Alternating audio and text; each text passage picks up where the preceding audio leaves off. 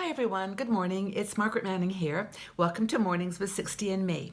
Today is Saturday, it's December the 3rd. Hope you're doing great, having a wonderful weekend so far. There's lots of activities this weekend in my town around the holidays. We've got little markets popping up and music playing everywhere. It's actually quite festive, so hope you're having a great weekend. I'm having my cup of tea this morning. I have got my green tea. I love green tea. It's very good for you, and I try to have a couple of cups of green tea every day. It's got all kinds of goodness in it. So speaking of goodness, that's my theme for today. I'm going to be talking about healthy living in our 60s and ask the question if you would like to be a centenarian. I think that's how you pronounce it. Or do you want to live to be 100? And of course, the answer is always yes, I'd like to live as many years as I can, but I don't want to be healthy. This is a really important aspect of getting older.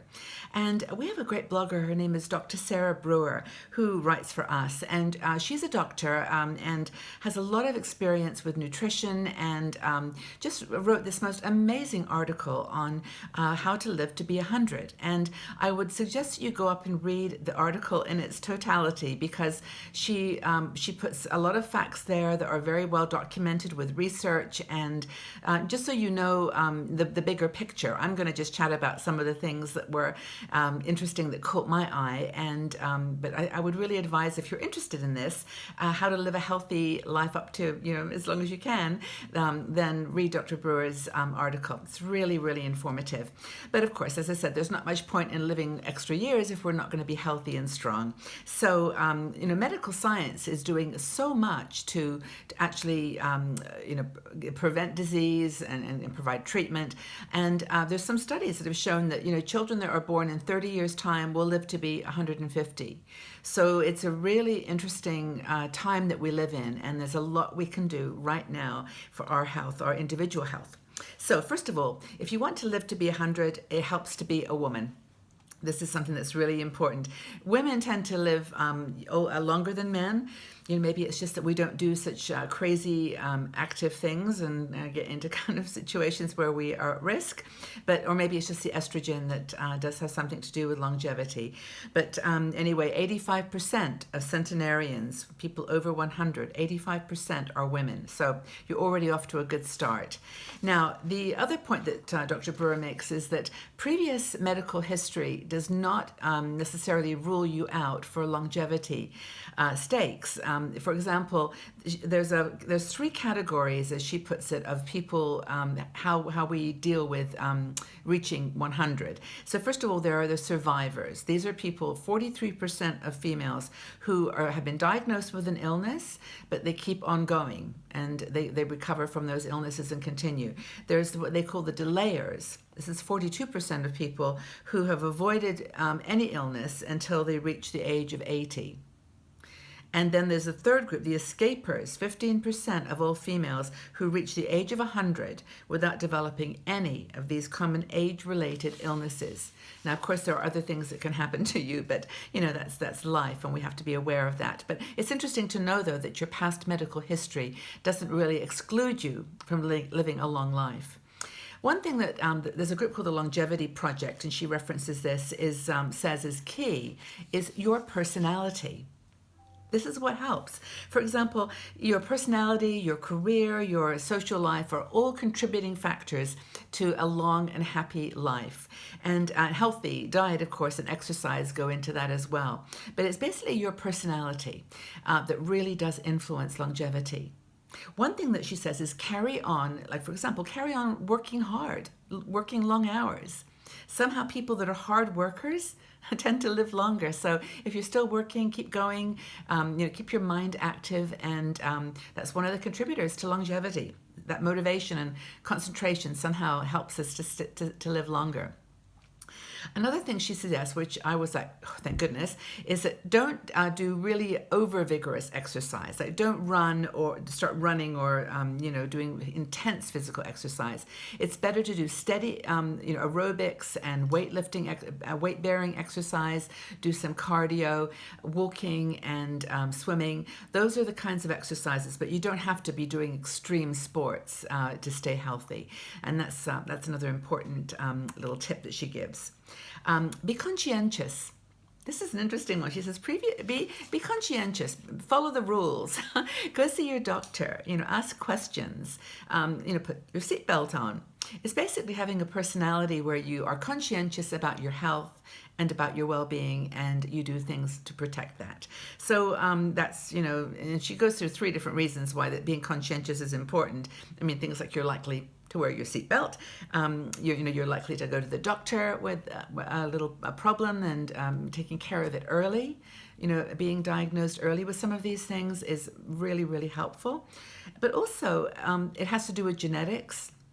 And so there's not much you can really do about this, but it's not as big as people think. And, just in her opinion, having a conscientious personality, which takes care of things, pays attention to health, even silly things like getting chores done and paying attention to detail. These are all things that she says contribute to that personality that tends to hang in there. And of course, the big thing is to be positive. To be positive about life, to make decisions that are going to help you, just be joyful in life. And there's a few specific things that she mentions that you might want to check out. So, for example, these are some thinking positive things. Be positive. Eat less overall. Keep your calorie intake down. Cut back on salt. We know this. But overall, just common sense nutrition. Take minerals and vitamins.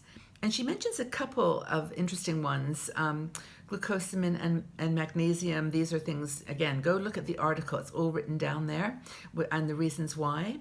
And then also she mentions superfoods. And these are foods that there's actually a detailed list, but I'll mention some because it's interesting. And it's not a trend. It's not like having to go for all the trendy food. It's just very simple superfoods that have high nutrient value, like, fruit and vegetables, of course. Garlic, 1 clove of garlic a day. Almonds, a little handful of almonds is good for you every day. Here's the good news, dark chocolate. It has to be over 70% cacao. So 70% chocolate is good for you every day. What's wrong with that? And then finally, a glass of wine. And you hear this all the time, that people that live in parts of Italy, for example, where the whole village lives to be 100, they all tend to have a little sip of wine every day. So there's something about either the resveratrol in red wine or just the fact that it makes you feel relaxed. Who knows? But it's good for you. And that's just some of the superfoods that Dr. Brewer suggests you consider. Another thing is sleep. Of course, we hear this all the time, get good sleep. Not too much, not too little. It's kind of the Goldilocks rule, but enough that your body's getting a chance, to rejuvenate. So sleep is pretty important. And then again, we've talked about some specific minerals and vitamins that seem to be associated with positive aging. And again, Dr. Brewer talks about those in her article.